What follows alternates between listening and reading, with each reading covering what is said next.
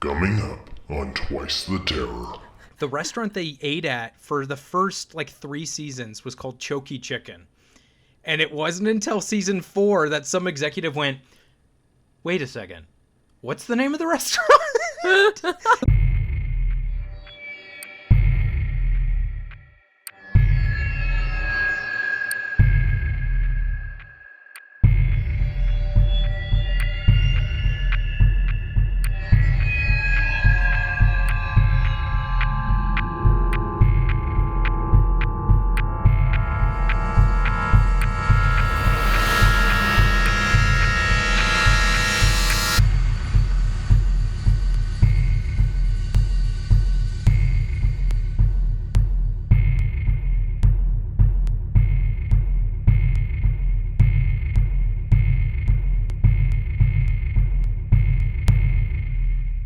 Twice the Terror.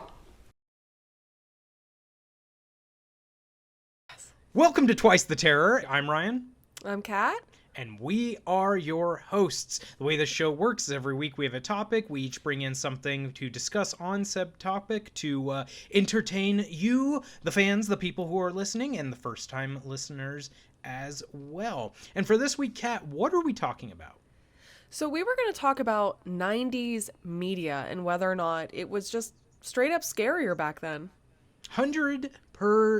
This is going to be a fun one because I think a lot of people obviously are in our age group who grew up in the 90s are very nostalgic for that time period. Mm-hmm. But there's also people who are younger than us who didn't live through that and kind of are curious about what that, era was like.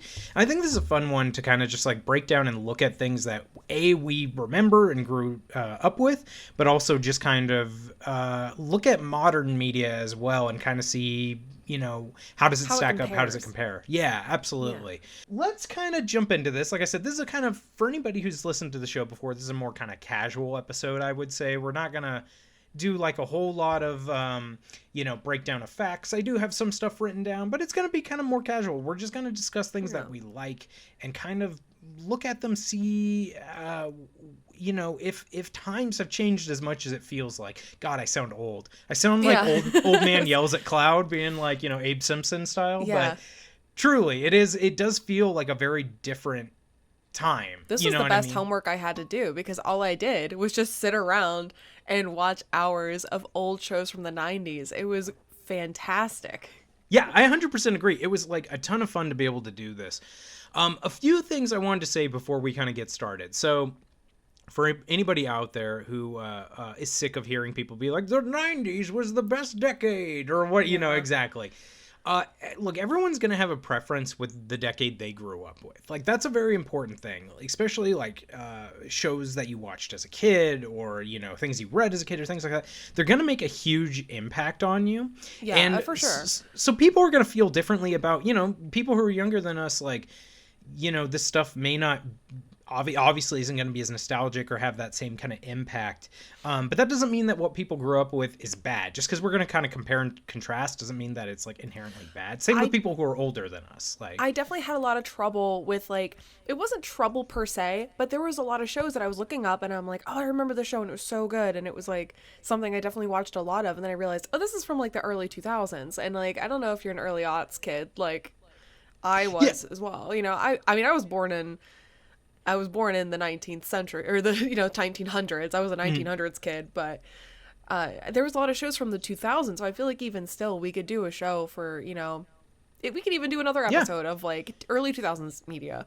Absolutely, and I think a lot of that stuff kind of the very beginning of the early 2000s. I always kind of feel blends into the 90s a bit. That's kind of there's this weird turning point in the 2000s. And we can kind of maybe get into that and figure out where exactly it is. But there's this weird turning point where suddenly the 2000s stop having an identity. You know what I mean? I feel the 70s, the 80s, the 90s, they all have their very unique voices and their identities, and they each decade feels distinct. And the decades kind of run into each other. 89 to 90 is not that big of a difference, but 89 to 93 is a major difference. And it's the same with the 2000s. The first couple of years of the 2000s kind of blend in with the 90s. But then at a certain point, I think technology, the internet, culture around all that changes and things stop having like individuality. I think it'd be hard. I would be hard pressed to like figure out exactly what the identity of like the 2010s were. Like you're totally right, because I was just thinking that as you were saying that. I'm like, if I had to differentiate, I mean, again, this could just be because I'm old now and everything blurs together at this point in my life. What day is it? Where am I? What time is it? Is it my medication time? I just remember like there was a point when my hip started hurting and it hasn't stopped since. Like I don't really know, but when you kind of just like roll out of bed now instead of like getting out of bed, it's more of like what hurts today. My husband says that like every morning he knows I've gotten up because he can hear my knees crunching as I'm walking around. I officially learned that I was an old man when I started standing up and being like, when I stand up or sit down. Like once you start like making noises to sit, it's like you're old. You've just reached that point. Or I got this. Now we're just talking about being old. But one of the cool. Welcome to Twice the Terror. We complain about everything. This is an airing of grievances, is what this podcast is. Twice the Terror of Age is really what this podcast should be called this week. Because I got one of my favorite Christmas presents I got this year was a robe. I've always wanted like a comfy like pajama robe to wear around the house. And I got a new pair of slippers too. So all winter I was walking around wearing a robe and slippers with like PJ pants, like shuffling around the house. And I turned to my wife and I went, if we get a recliner, I'm officially old. Like that's all I need to finish my evolution, my Animorph evolution into like old man. It's like, it'd be like, Animorph cover would be like me as a kid. And then I would slowly progress into like me in a recliner wearing like a robe. And I'm like, I'm officially old. You don't have to tell me. I've got 5 robes and I'm sitting next to a skull full of Werther's caramels. For those of you who haven't followed the YouTube channel, I got Werther's over here. I'm old. But if someone said to me, tell me the difference between 2023 and 2013, I'll be like, I mean, it wasn't as chaotic. Yeah. Oh, yeah. I mean, in terms of like cultural impact and all that stuff, in terms of things we've been through the past couple of years, that is a huge difference. But media?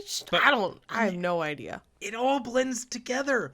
Mm-hmm. And we'll probably get into this, but we are kind of seeing this weird resurgence of people our age who grew up on media we did now creating media. Mm-hmm. And it's kind of this like weird cycle where we're starting to tonally get back to that time period. And like, we'll talk about it, but like, certain shows that have come out these last couple of years feel like shows you would have seen that we would have grown up with.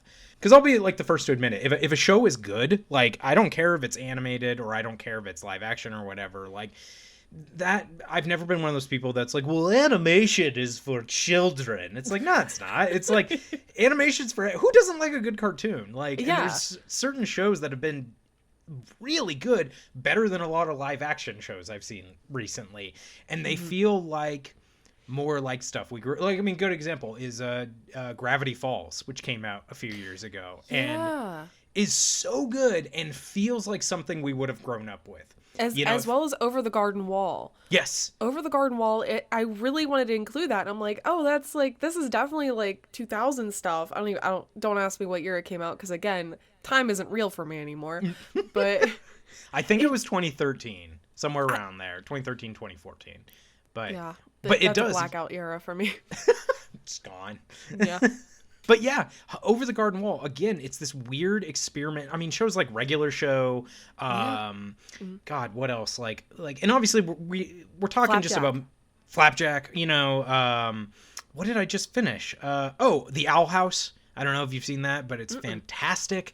Like there's so many good shows out there now, and it's a lot of people our age who just were like, I'm going to become an animator. I'm going to make a show for me. And like, I'm going to make it like the style I want. And I have heard stories where a lot of these creators have had to fight with standards and practices more, especially if they're on like something like Disney Channel or something, where these or Adventure Time, Regular Show, when they first pitched that show, was supposed to be a TV PG show.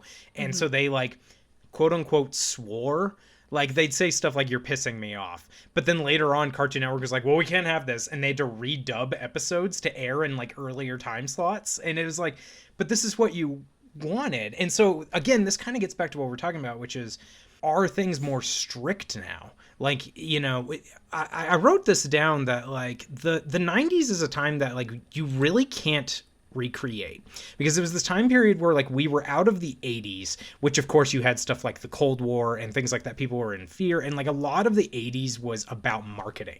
Shows that and stuff was about, what can we sell? Transformers, My Little Pony. Yeah, it was, you were pushing a product is what you're trying to, like, you created the product and then you created the content to go with the product to sell that. Yes, exactly. And so now into the 90s, what happened was, what I really think it was, what kind of like changed media in a weird way, is the development of Nickelodeon and the orange years of Nickelodeon. And that really is like a defining era. If for people out there who are like me, who like classic 90s Nickelodeon stuff, there's a great documentary out there called The Orange Years, which really dives into how Nickelodeon was kind of developed, and how, you know, it originally started as a channel called Pinwheel in like 1979, and then in like the late 80s, you know, it kind of kickstarted Nickelodeon as we knew it growing up. And it was really the 90s where they hit their stride, and they picked up the identity of like, it's kids versus adults kind of thing. And, you know, they started developing original programming, like all the original Nicktoons, you know, Doug, Ren and Stimpy, and Rugrats, which all had unique individual voices, and they really let the creators kind of own their product. Like, nothing was like mass marketing or things like that. It was like, you know, Doug was, you know, Doug. It wasn't like anything else. It was Jim Jenkins, I believe, is the creator's name, if I remember correctly. Or like, you know, Rugrats, same thing. Like, you know, or later on when you get like Rocco, you get shows that like really reflect the creators, Joe Murray being the creator of that, like their voices. And they weren't just there to like sell a product. Yeah, it was actually telling you a story rather than just like trying to keep you, you know, glued to a screen for 30 minutes. Like, it was actually compelling. You were interested in what they had to say. That being said, as far as telling a story, shows like All That and The Amanda Show certainly did not do that. But if you watched All That and The Amanda Show then, you are now a fan of Tim and Eric today. Because that is bizarro humor at its finest. And I also really enjoy that, like, just absolute bananas energy that makes no sense and is just chaos. And the cool thing about those shows is, like, yeah, they are like quote unquote kid shows, but a lot of them hold up today. The Adventures of Pete and Pete is one of the most original, unique shows of all time, and do not get me started on that show. I love that show. It's so good. I have it all. Like, I watch it all the time. Like, I love Pete and Pete. I love those shows. And like, Nickelodeon was so good. And don't worry, people, we will get into like spooky, scary stuff. But like, let us indulge a little bit. Let us reminisce, okay? This means a lot to us. It's like Cocoon. I'm like Wilford Brimley in Cocoon. If I remember Nickelodeon, it's like, never get old and I'll never die. You know,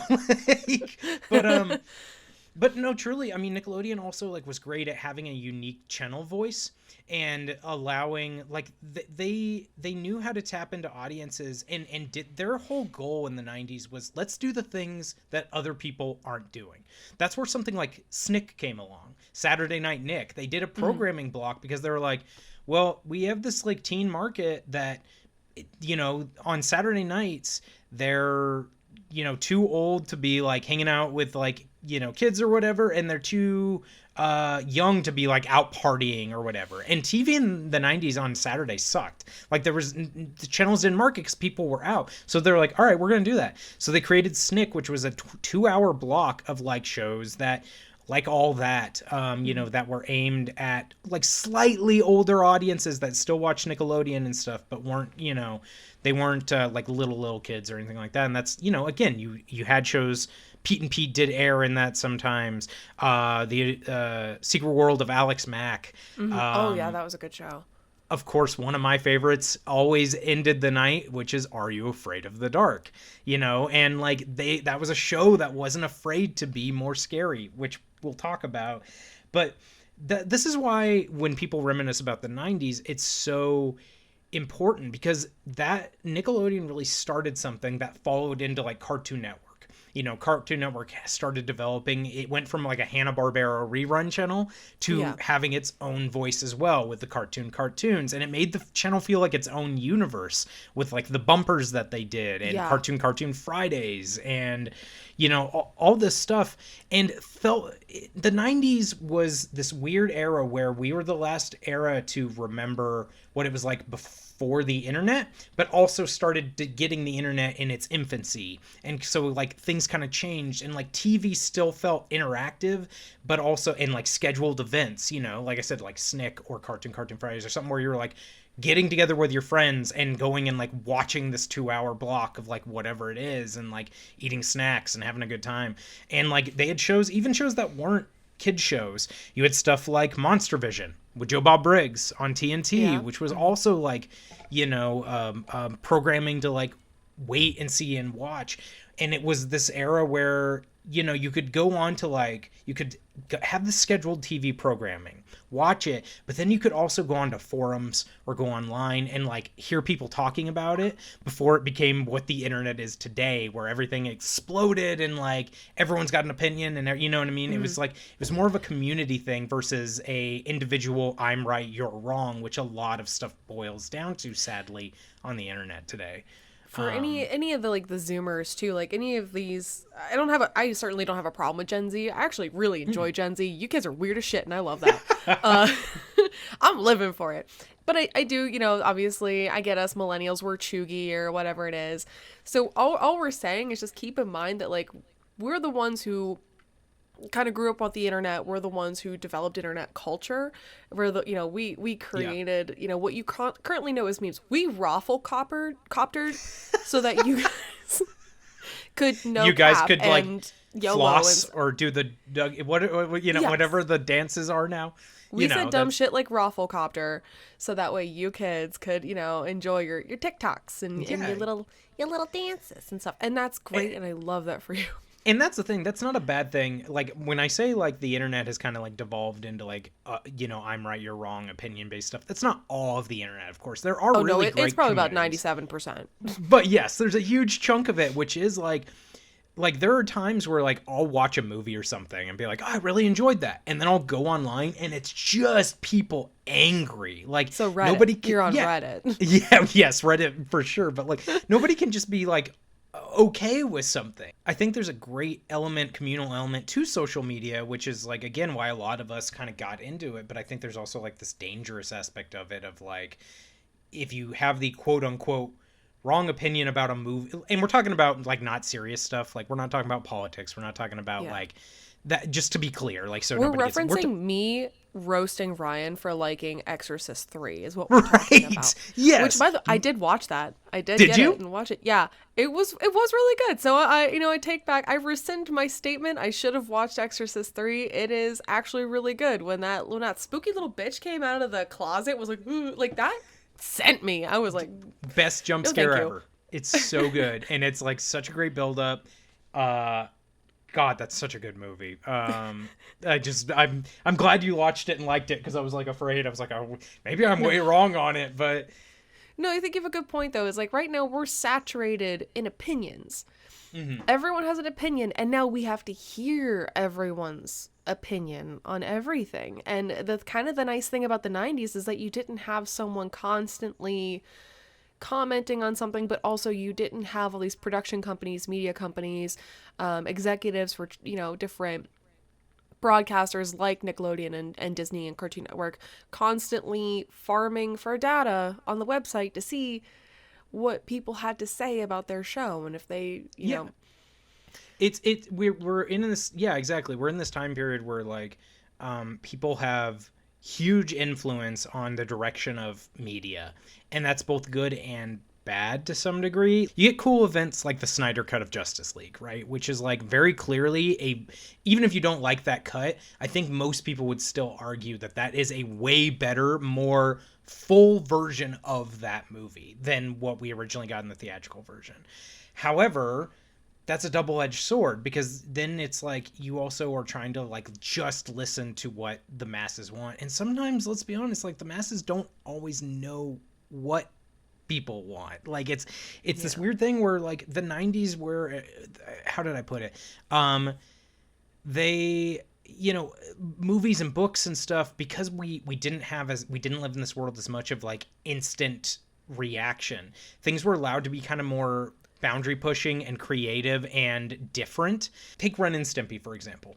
Like a show like Ren and Stimpy. Oh yeah. For anybody who doesn't know, we're talking about the show, not creator John Kay, who is a very problematic figure, but we're talking about the show itself, which, by the way, let's give credit to, if any Ren and Stimpy fans are out there, let's give credit to Bob Camp, who really was like the co-creator of that show, and for years took like so much crap that like people thought he took over the show from John Kay and stuff. And it's like, no, he took it over and like made it a show. Like really seasons like halfway through season 2 all the way to season 5 is Bob Camp running that show. But anyway, that's besides the point.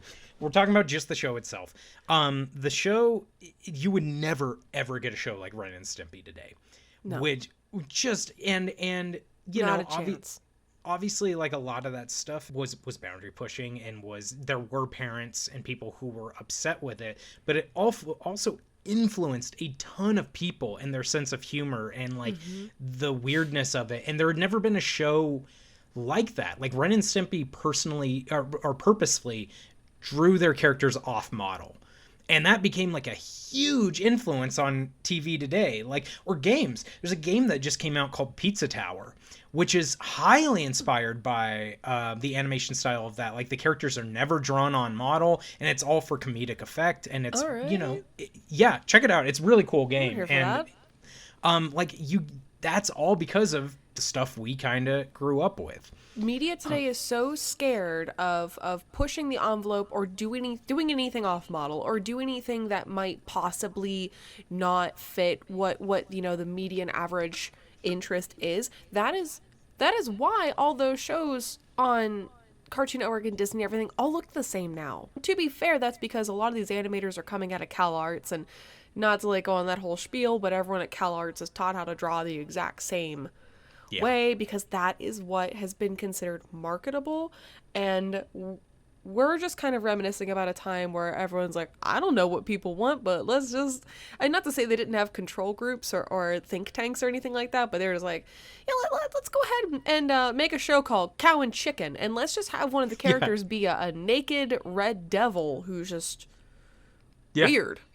And like it's so funny, like that show, the only thing, and if you go back and you look at, there's always been weird notes on TV shows, right? Like weird executive notes. The only executive note, from what I understand, there is a banned episode of Cow and Chicken, but that doesn't matter. But the only thing is, in the pilot, they specifically referred to him as the devil.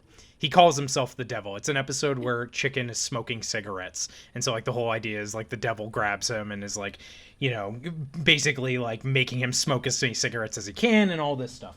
And they call him the devil. And Cartoon Network's, from what I understand, their only like comment was like, you can't call him the devil because parents might get upset about that. So that's why he's always referred to as kids. There was a point in time in media where you couldn't say devil, but you could have a character smoking cigarettes. Yes. In a kid's show. Yes. And it's the pilot. Okay, sorry. I mean, you like, and so they made them, he's just referred to as the red guy. You know, and he always called the red guy. He's the red guy. And so like that, the fact that is like the only major note for that show, or Rocko's Modern Life. For seasons, for anybody who doesn't know, again, you know, and sorry for anybody if, you know, I'm not going to explain this joke, but the restaurant they ate at for the first like 3 seasons was called Choky Chicken. And it wasn't until season 4 that some executive went, wait a second, what's the name of the restaurant? And so they had to change it to Chewy Chicken for the last season. But the fact that went through for that long until somebody finally went, wait a second, what? This is exactly like, this was what it was like being a kid in the 90s. We like, no one was really paying attention to us. They were really letting, and they're really letting the world.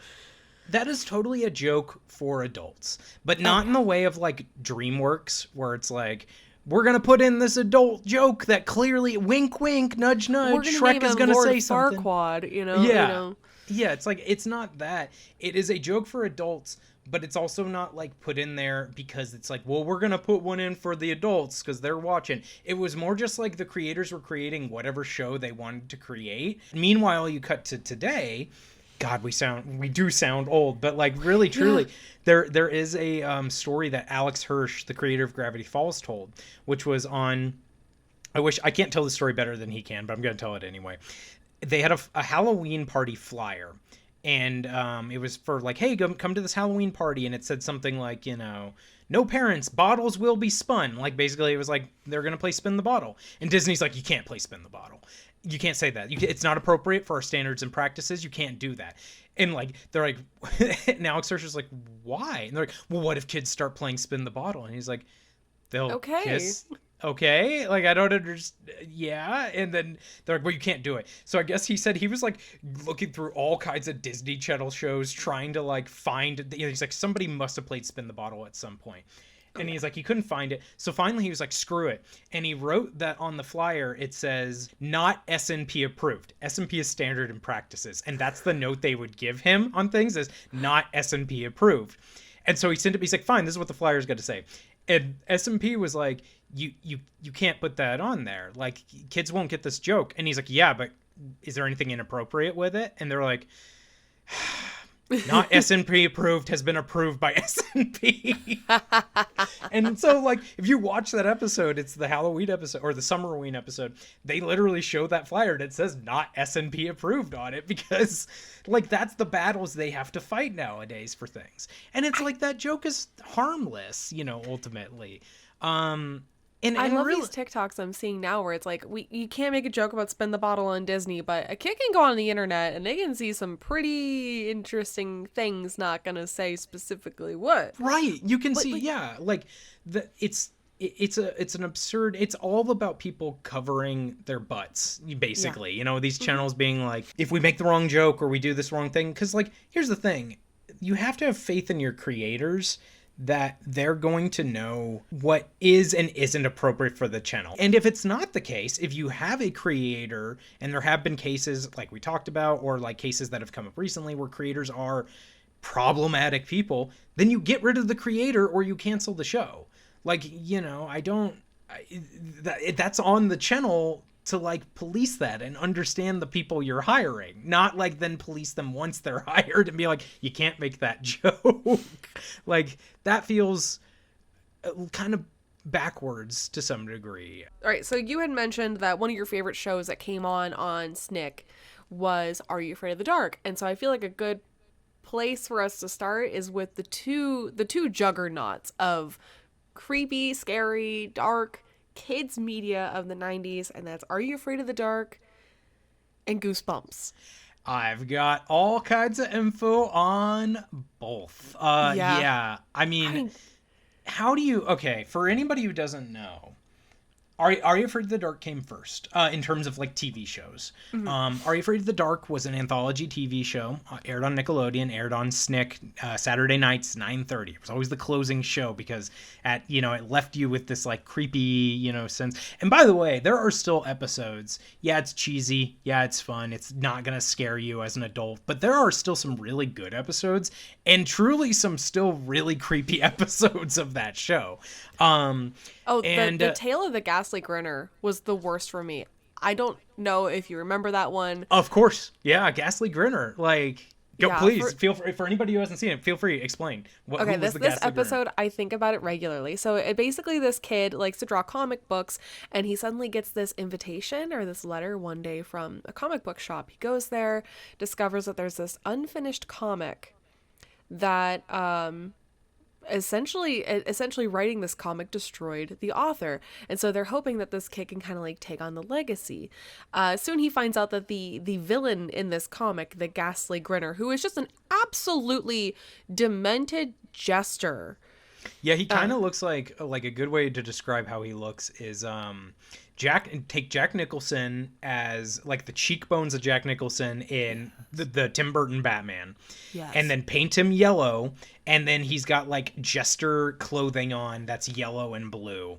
And he like drools like blue slime and and he's got these like weird teeth, and he is absolutely terrifying. And his lips are stretched up in a big grin. I mean, of course, but it's very much like Conrad Veidt in the Laughing Man, just like real dramatic and stretched and nasty.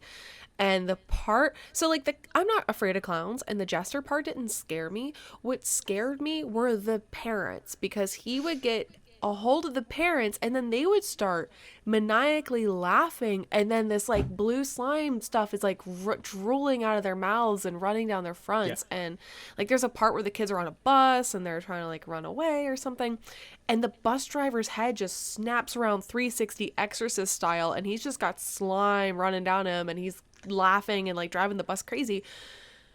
And I'm like gripping my seat. Little old me is just like, well, goddamn. That is one of the top episodes. To me, my favorite episode of the show in total, and I think it's still one of the creepiest, is Tale of the Dead Man's Float. Tale of Dead Man's Float, which is this like one where there's this monster in it without, I mean, I guess we're going to spoiler alert for a show from like 1995, but that episode in particular. But if you haven't watched Are You Afraid of the Dark, if you're too young or too old, but you like anthology horror, watch Are You Afraid of the Dark? Like it's still fun and it holds up. But in this episode, it opens with Jay Baruchel being, as a little kid, being drowned in this pool.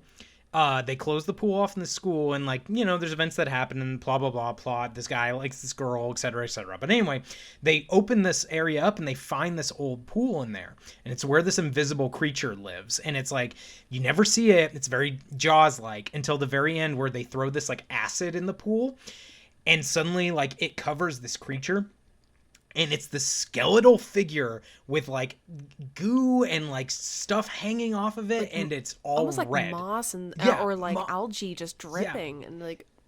Because of this like dye, this like stuff that they throw on it, it turns it like all red, and it's like crawling out of the pool, and it's just it's so good, it's so effective. Or the vampire from Tale of the Night Shift, which is the one where there's like they're at the hospital and there's this like crazy looking vampire going around and like sucking the blood of all the patients there and stuff. And it ends with him bursting into flames and falling off of like a building.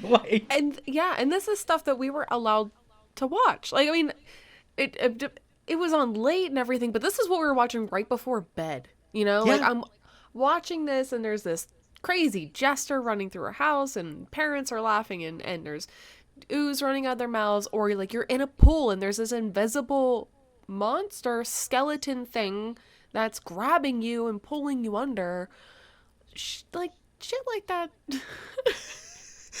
But you know what, here's something I kind of come back to, and it's a theme in a lot of the things I decided to talk about today, and it's the idea that kids, even a kid like me, who didn't like horror, I've talked about it in the horror movie episode we did, I didn't like horror movies because I was afraid of like the violence or like, seeing something, but I still loved horror.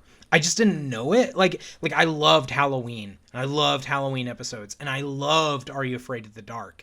And like I loved all this, or Goosebumps, and I loved all this stuff that was age appropriate for me, so I could see something that was scary and boundary pushing for like what you maybe would do today for like a kid's show. But I loved it. Like I liked that feeling of like kind of being scared or seeing something kind of creepy. Yeah, it was fun. And that's the thing about these shows, is they were fun. DJ McHale and Ned Candle, I believe, are the creators of it. And at one point, they were originally, this show, when they were trying to decide, and they were kind of pitching it to Nickelodeon, originally it was supposed to be a show about fairy tales, where they had this like kind of old guy sitting in a chair reading fairy tales, and then they'd kind of do the same thing. Like it'd be an anthology show, they'd reenact the fairy tales, etc., etc.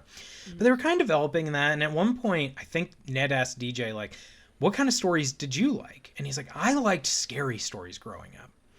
And so he's like, yeah, me too. So then they changed the name and went from Fairy Tales to Scary Tales, and that was the original name of the show. And they were like, well, if we're going to do that, we can't have like some old guy telling stories in a chair. It's got to be something else. Well, who likes telling scary stories? Kids like telling scary stories.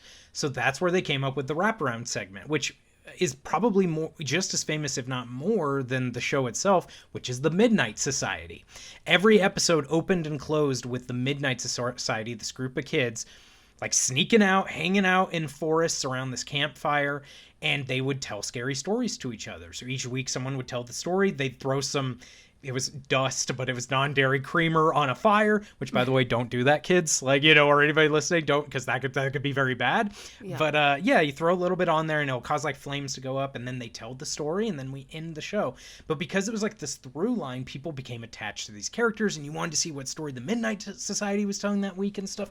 It was, and that's the thing, it exactly comes down to that. Kids like telling scary stories, you know, and not every kid likes scary stuff, like, and not everything is going to affect kids in the same way. I remember being terrified of Large Marge from Pee-wee's Big Adventure as a kid. She was scary. You know, and like I remember being at like a sleepover and like us watching that, and then like middle of the night I couldn't sleep and had to like be like, I want to go home, because it was just like so scary as a kid. Meanwhile, I was watching some vampire burst into flames, and that was totally fine. So obviously everyone's got their things that scare them, you know, and everyone's got different things.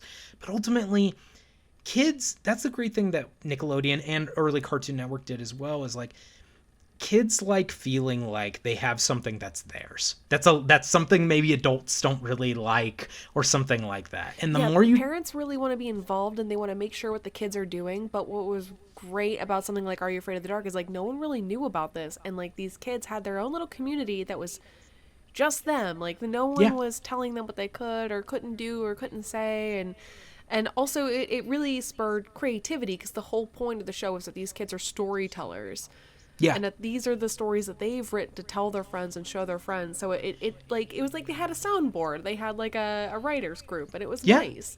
And they even, Nickelodeon, the only request they had for them was like, hey, try and base, and they kind of stopped doing it in later seasons, but in early seasons you can see it a lot. Nickelodeon was like, hey, try and base some stuff on classic literature. Because if anybody complains, if any parents are like, well, this is too scary, why would you put that on? Then Nickelodeon has something to point to and be like, well, it's based on this, or it's based, so like Tale of the Twisted Claws, Tale of the Monkey's Paw, Tale of Midnight Madness is based on the Pied Piper. Like, there's things like that. They did a Sleepy Hollow episode, you know, so like they could point to this and be like, yeah, I mean, we're basing in, and the funny thing is nobody ever complained. No parents were ever like, this is too scary for kids or anything like that. And they actually recently, the past couple of years, did a few seasons of Are You Afraid of the Dark? They tried to bring it back. It got rebooted, and you know, it was rated very scary on things like Common Sense Media. I think that is something that got started like in 2003, where you now had this really high-end corporate funded think tank that was critiquing media and judging whether or not it is acceptable for certain age groups to watch. So, you know, that's when we started getting into that sort of world of things that I don't want to, you know, I don't want to go on my little tangent, but and well, I mean, here, I think it's safe to say this. Well, neither of us are parents. All right, neither of us are parents or anything like that. And so, you know, parents parent how you want to parent. But like, here's the thing. I think it really is up to the parents to decide what is and isn't okay for your kid to watch. Like, know your kid. Like, if your kid is really scared of things, maybe don't show them Are You Afraid of the Dark, you know? But maybe if they kind of like horror stuff, you know, see what you need to understand what your kid's, you know, limit is. But like, everyone's different. You've talked about your dad was showing you Evil Dead at 3 years old. And that's what's crazy, is that Are You Afraid of the Dark scared me, and I grew up on Evil Dead. So that's crazy to me. But like, so my brother and I love scary stuff. My brother kind of does, but he's like more limited into this type of scary stuff. Like, he has a specific genre of horror that he is okay with. And growing up, like, there were certain movies like Puppet Master. I love Puppet Master. And I was like, Dad, I really want one of those Puppet Master dolls. And my brother took my dad told me about this later. my brother took my dad to the side. He's like, if you buy her one of those, I will never forgive you. Like, he was scared of this stuff. And so we just... Did you ever get it now? Because they make them now. I know. Yeah. Not yet. I would love to get... God, this is just us talking about movies good. But, like, I would love to get that giant... It's just too expensive for me to spend. Because some of the later Puppet Master sequels are not good. But they have that giant trunk that opens up that you can put the figures in and stuff, too, with all the movies. Oh, God, I would love that just as a movie collector. But yeah, but anyway... No, yeah. But Ed didn't like that stuff, so it was okay for us to say, like, hey, you don't have to watch this. You know, it's no, you're gonna know your own kid, and also your kid is gonna be who they are, and there's no forcing a kid to have a certain type of personality, because that's not how that works. Right. Again, I don't have my own offspring. I don't have my own spawn. I should probably not speak to this, but still, you're gonna know, and also no one's telling you have to. It's just don't tell other people that they can't. Right. Well, and also it's like I have to give it to Nickelodeon. Like I have to applaud Nickelodeon because they that first season when they brought it back, because now it's more of like a serialized, like each season is its own story, kind of like American Horror Story. Like that seems to be the popular thing now, is do like a season that's a story and then next season's a different story versus every episode being different. But that first season, Carnival of Doom for 2019, I think it was, I thought was lame. I'm just going to be flat out honest. Like, I remember being so hyped for it, bringing Are You Afraid of the Dark back and watching it and being like, okay, I am not the target audience for this, and that's okay. But man, this is just not scary. Like, even taking it on the sense of, like, watching it as a kid's show. I expected it to still be kind of creepy, you know, to Are You Afraid of the Dark standards, and it was just not. But... the season after that they did 3 seasons so far. I've only seen the first 2. They did a second season called Curse of the Shadows, and it was legitimately creepy at times. Okay. Like, it was legitimately good. It was way better written, and it was like they weren't trying to, like, pull any punches. It wasn't like they were like, well, we can't make it too scary. It was like, no. Make it creepy. Make it effective. Make it something that's going to stick with kids watching it. Like, we watched, like you said, Ghastly Grinner, or, you know, Dead Man's Float, or I'm trying to, like, Zeebo the Clown, or you know, any of these episodes of Are You Afraid of the Dark, they stick with you.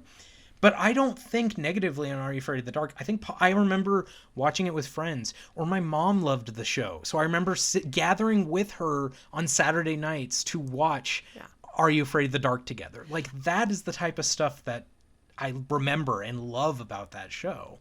And again, it is also for, like, preteen age-ish kids. So it's like, this media doesn't have to be for, like, little children. There's still this whole demographic that's, like, in this in-between phase who's just kind of being forgotten. And I don't know about you, but preteen time is, like, some of the loneliest time of your life. Like, so that's when you need bond something to people. You need, exactly. And that's why, you know, again, talking about, like, media, like, you have these shows to, like, talk to your friends and be like, did you see that episode of Are You Afraid of the Dark? Or, like, you know, and I don't know if anybody out there has kids, you know, of that age, you know, tell us, write into us, leave a comment, whatever. Let us know, like, do your kids talk about the media in that way? Do they, like, bond with it over their friends? Or is it just kind of like in one ear, out the other, I watched it, I'm done? Like, does it leave the same kind of impact? I'd be curious. Yeah, like, do you discuss what happens, or are kids just like, you know, it's something you put on to disassociate for 30 minutes and then Right, exactly. Well, and speaking of leaving an impact, we gotta talk about the other one, of course, Goosebumps. One of the biggest cultural phenomenon of the I think that and Pokemon cards are the 2 biggest things to ever come out of the 90s. I don't know what they were thinking when they wrote that intro song. But oh my god, I love it. Bop. Like, I'm 30 now, and if that song comes on, I get so hype.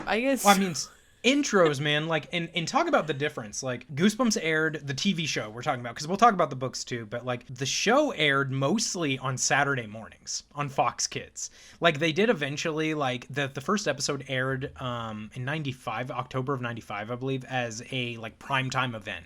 And it was the first episode, and it was the Haunted Mask episode. So it was a Halloween event, you know, and so it was really cool. But every episode after that aired on like Saturday mornings.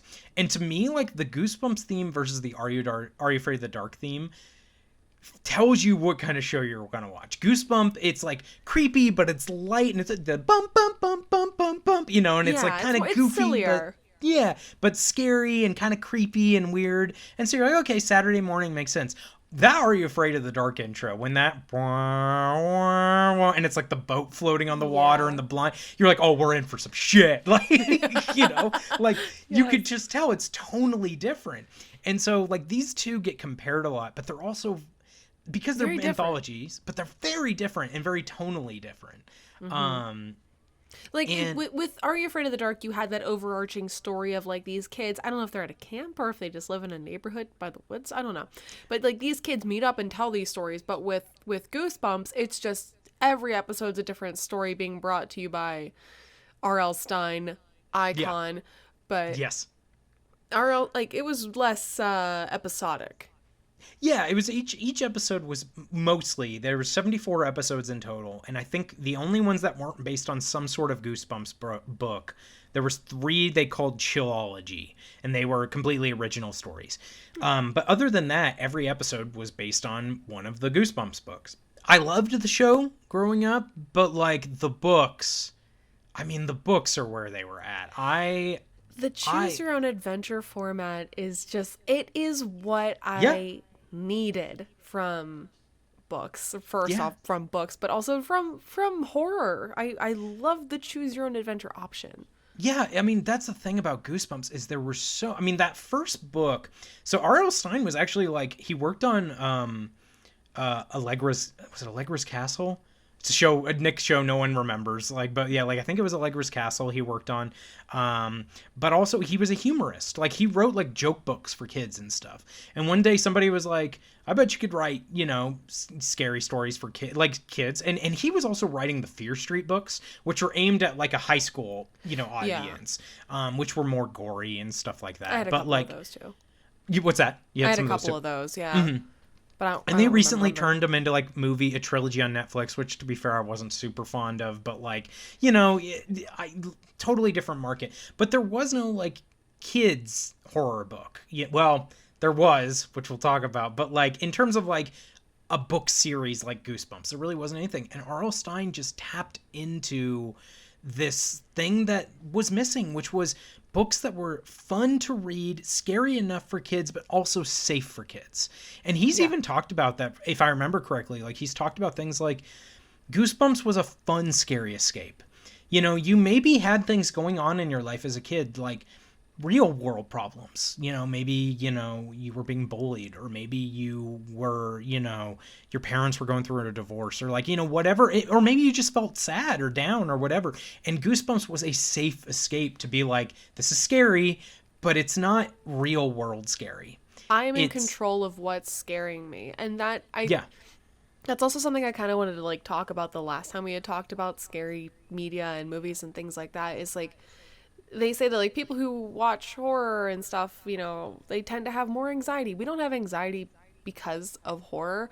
We naturally have anxiety, and there's a certain level of, I guess you could call it like chaos or discomfort that we're accustomed to, but in this way we're in control of that. And I'm not afraid to say that like I have, you know, that I have anxiety and things like that. Like, I love horror, and it gives me an opportunity to escape the real things that give me anxiety, but also the thing, like for specific Goosebumps, when I was a kid and I was struggling with these things, it gave me a chance to create the story myself, you know. Yeah, especially if you were doing the like choose your own adventures or whatever, like or even the original, or like I had a collection of if anybody out there can find the commercial for this, please send it to me.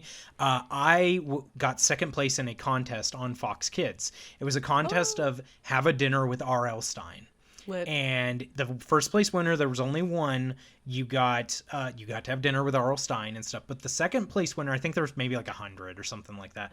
You got like all of the Goosebumps books up to that point. And it was, I think, the first like 50 or 52, something like that. And I was one of the people that won second place. That's awesome. And so I had almost all of the original ones growing up.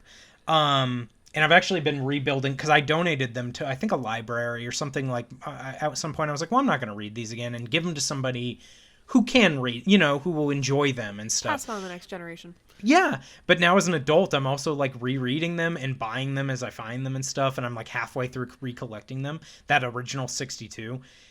And I'll be honest, I will read one for like an hour and finish the book because they're short. And I'm like, that was a good time. I feel accomplished for sitting down and reading this cheesy, fun horror, this good little fun horror book. And I don't feel like I'm sitting there for hours reading or like feeling like, because I get involved when I read and I take my time. Like some people can my wife can like speed through books, and like I don't read that way. I can read fast, but like I purposely slow down what I'm reading to like enjoy and take it in. So when I read something like It, or something like The Stand, or something that takes, thousands of pages, it takes me a lot longer to read them. The fact that I could sit down and read a story in an hour in Goosebumps and just have a good time, and they're goofy and fun and they're cheesy and they're silly, I'm like, great. I had a good time. I read for an hour. It's like a 1 hour fix and you're like, and you yeah, just go on 100%. by your day. And they're so fun. I mean, like, each book is kind of the same to some degree, but that's not a bad thing. R.L. Stine was writing these. The first book came out in 1992, and it was Welcome to Dead House. And then he was only supposed to write 6 of them. But he talked about it when they first started coming out, they weren't like hugely popular.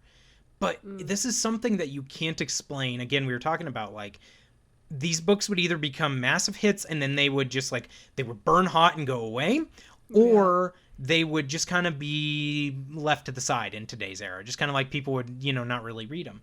But Goosebumps was given time to find its audience. And for some reason, in between those first 6 books, kids started talking about them. And they just became this phenomenon to the point where he was writing a new one every month and putting out a new book. And again, if you read them, you can kind of see why. It's like each chapter ends with a cliffhanger. They all kind of like go the same direction and stuff. But like that's kind of the fun of them too. You kind of know what you're getting into. You know what's going to happen. It's like controlled. Yeah, absolutely. Again, you know when you're reading something like Stay Out of the Basement, and the dad turns into like is actually like this weird plant monster. Yeah. Spoiler alert for Stay Out of the Basement. It was that one or Night of the Living Dummy. I was waiting to see which one you were going to mention first. Yeah. But again, R.L. Stine wasn't out to scare. He wasn't out to like terrify kids. He was out to give them some comfort. And I think that's why Goosebumps just hit at the right time. Like something about it. Kids latched onto it and they just loved. There's a reason why there's goosebumps. Yeah, exactly. 100%. I mean, talk about resurrecting a dead meme. Oh my god. Well, and the fact that it still is popular. It's not obviously as popular as it used to be, but after they settled some legal issues at one point later on in the Goosebumps like run, and so he didn't write them for a while. But once that was all settled, he's still writing them. He still makes them. They made that Goosebumps movie with Jack Black a few years ago, which was a lot of fun.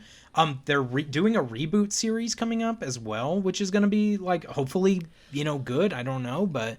And even today, I still see Goosebumps like, I know merch isn't really the whole thing, but like, I still see Goosebumps merch like shirts or backpacks, and I saw like a Goosebumps lunchbox last week, and it's like still very relevant today. I mean, I think these things are definitely marketed towards us, but it's something that's still kind of in the, I don't know whether I want to call it zeitgeist, but something that's still relevant today. Yeah. And it ages well. I'm just like super happy that stuff like Goosebumps still exists. And oddly enough, here's the thing I don't get, especially as a kid, like it was a challenged book series. Like if you go to the American Library Association website from the years 1990 to 1999, Goosebumps was the 15th most challenged book from that decade, like book series. Really? Yeah, parents like thought it was too scary or like too like it deals with themes of demonic stuff, blah blah blah blah. And it's like, again, exactly what we've talked about. It was a safe space for kids. The fact that somebody could read this and read something like I'm trying to think of like Monster Blood, or like I'm looking back to like some of the books, or God, where is Go Eat Worms, or like some of the sillier books. Somebody could read that and be like, this isn't appropriate for kids. It's like, but it is. That's the whole purpose of it. That shocked me when I heard that it was so challenged for the 15th. Now, I do want to talk about something that was actually way more challenged. And we're going to leave it on a cliffhanger right there. But tune in next episode for more scary 90s media. Until next time.